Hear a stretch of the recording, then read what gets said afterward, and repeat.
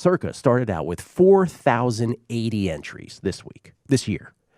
And the first 7 weeks of this season, less than 50% got eliminated over 7 weeks because there wasn't a single underdog of 7.5 points or more that won outright. Yeah. And so they were sitting there with 2,131 entries remaining. I mean, we're going to have a 1,000-way tie. That's what it looked like. Yeah. It's 2,131.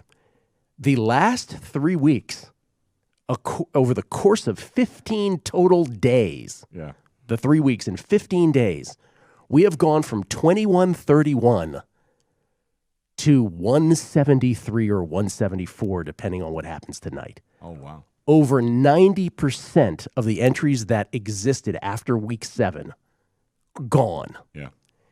So 173 or 174 after tonight. One person has the Rams tonight. Just think about that.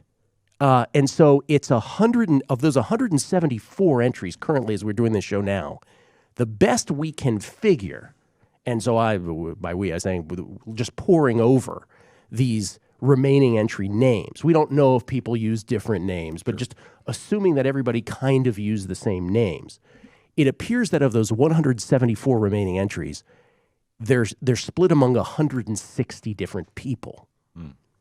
How many total entries? 174 left. Okay. I think it's 160 different people, so in other words, there are 3 people, best we can tell, this is the best estimate, best we can tell, there are 3 people that have 3 entries left. But one of those with the 3 was the only one who had 6, the full 6 going into yesterday, had already used Buffalo and used 3 on Dallas yesterday on the 3 on Arizona. So while they got through with 3, they have no Dallas or Buffalo for Thanksgiving. Oh, wow. Only one of the 3 with 3 seems to have all 3 available on Dallas. So what does that mean? There are 18 different people with 2 left. So 3 with 3, 18 with 2. The rest appear to be all single entries. So that is where Survivor stands. Now, for Thanksgiving, I just want to point this out because remember, it's Buffalo at New Orleans. It's Dallas hosting the Raiders in addition to Chicago traveling to Detroit.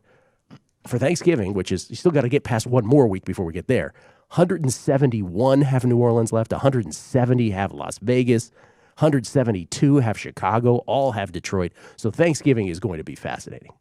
And then the Sunday after Thanksgiving is going to be the most carnage you've ever seen in your life, basically, after that, because none of those games are going to be lined more than 3-4 points, one would think. So, I mean, that's just unbelievable. Over 90% of entries in a span of 15 days. And so after the Sunday after Thanksgiving, you wonder how many people will be left. And if it's because right now, each one of these entries, I believe the value is like $27,000. By the end of the Sunday after Thanksgiving, you wonder how many people are going to be left, the associated value of each of those entries, and will they at that point want to chop? And you know how difficult it is to get 15 people. Let's say it's 15 to agree on that. Yeah.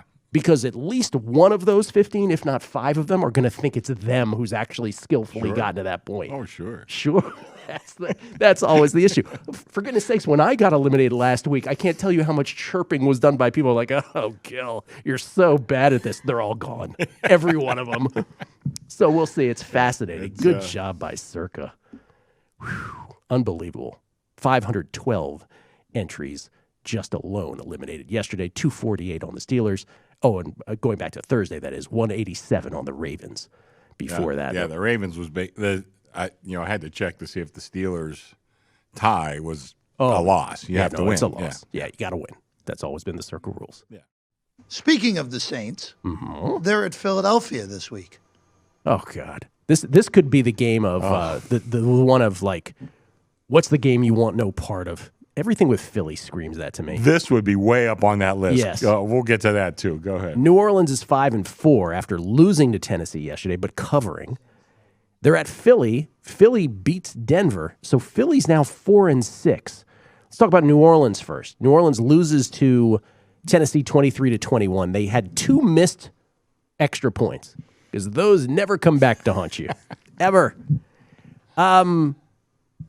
So there was a few things that happened in this game, one of which was a horrifically egregious roughing the passer called against the Saints against Ryan Tannehill late in the first half, which ended up resulting in a Tennessee touchdown, negated a pick.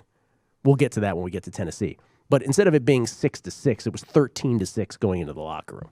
However, Sean Payton deserves some blame himself because 3rd and goal at the 1, down 23-12.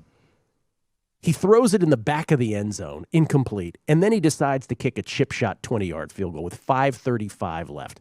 Now, they did get the ball back, but it's like, okay, you playing to win or you playing, what are you playing to do there? The throw in the back of the end zone, curious call, and then the chip shot field goal. So, I don't know. I mean, he's not absolved of all blame either, I guess is what I'm saying. Trevor Siemian, 19 of 34 for 298, 2 touchdowns, no picks, sacked 4 times. Taysom Hill, 2 for 2, throwing for 11, 3 for 23 on the ground, 1 catch for 15, whole bunch of meh.